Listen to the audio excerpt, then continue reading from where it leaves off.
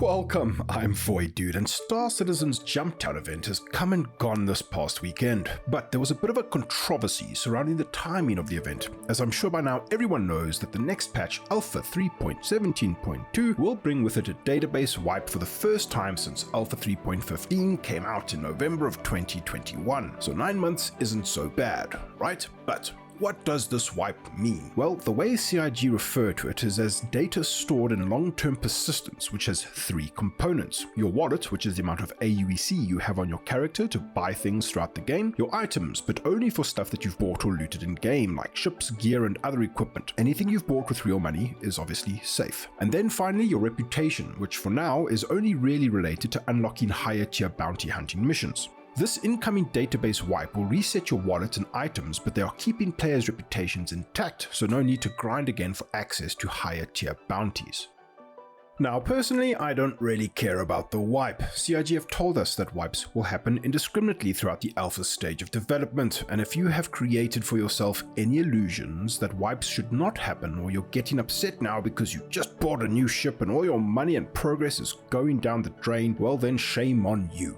We knew that wipes would be coming. We've been warned by CIG and the entire Star Citizen community multiple times, so unless you play this game in complete isolation and never read global chat, then maybe you have an excuse to be a little upset, but only a little.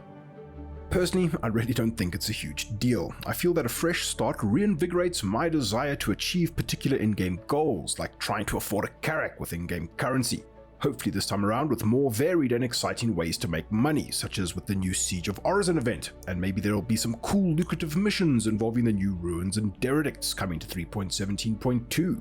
Anyway, back on track. How were your experiences with Jumptown over the weekend? Because of the incoming wipe, many Star Citizen fans were despondent or outright pissed because there was very little to no point to engage in Jumptown activities due to the incoming wipe. And this stance does tend to make sense, as a huge lure for myself and many to play Jumptown is because the event allows you to make incredible amounts of money in a very short amount of time. In fact, that's one of the biggest reasons I love the game that Star Citizen is becoming. The trend of high risk, high reward gameplay is rare among MMOs, and more events like Jumptown are going to be incredibly awesome when we get our hands on them. However, my experience with Jumptown ended up being very different from previous attempts at making it big during the event. Because of the impending credit wipe, Jumptown had become even more so of a war zone than normal.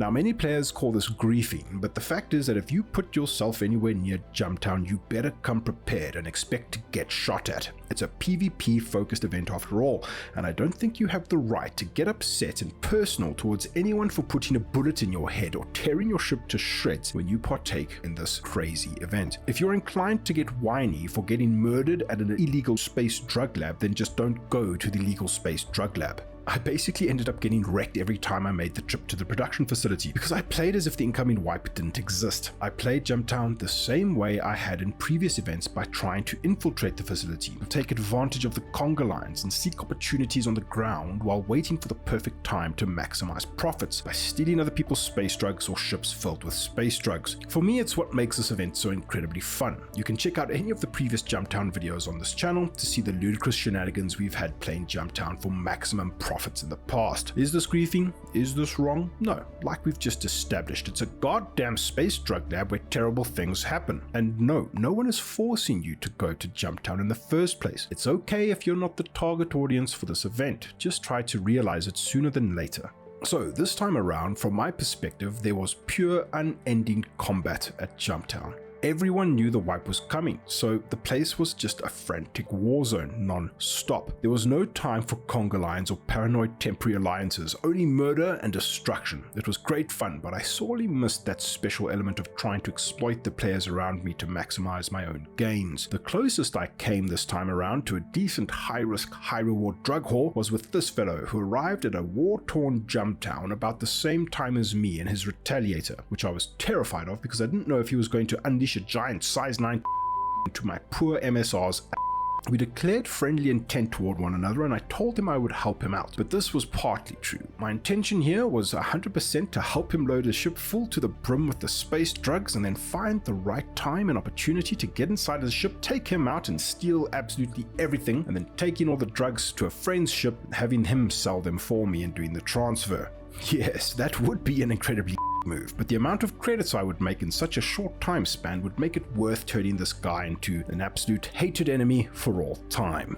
This guy was pretty quick though and got into his ship and lifted the elevator before I could even make a move. I ended up being this guy's patsy by helping him load a shitload of drugs and then ultimately having nothing to show for it. I was the victim here today. But that's Jumptown for you, and that's what makes Star Citizen special. You can get over hard in this game, but in turn you can over other people just as hard and make good money doing it. There's full player corpse looting, which in today's landscape of Care Bear, cookie cutter, theme park MMOs just doesn't exist, and I feel it always makes for exciting gameplay.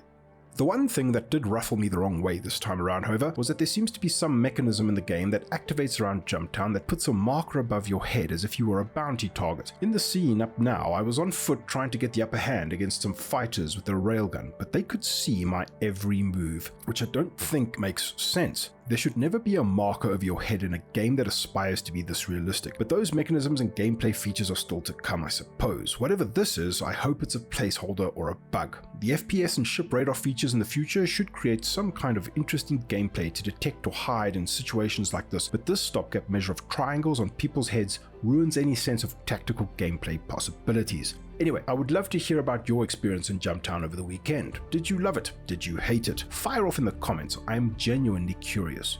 Also, regarding the wipe, I do think it's a small price to pay for the amount of cool stuff we're getting come 3.17.2.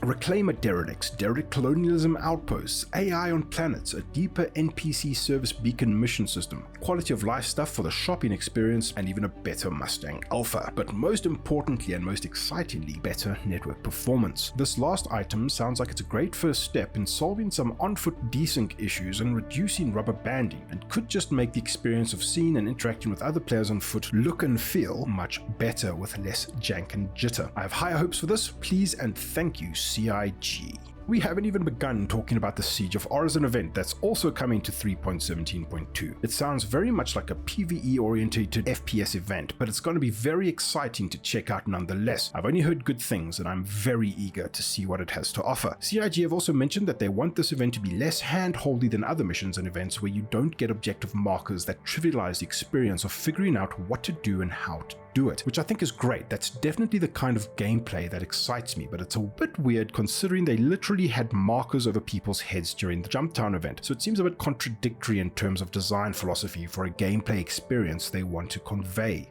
Let me know if there's any official word on the player markers in Jumptown. Maybe I missed something obvious, but I'd love to know your thoughts. 3.17.2 is currently in the PTU, but I'm not in any of the waves so far, but I'll definitely try to cover some of what's been mentioned here as soon as possible. Anyway, that was my quick Jumptown ramble. Hope you enjoyed the video. Subscribe if you want more, like this video if you liked it, and I'll see you around the verse. Cheers.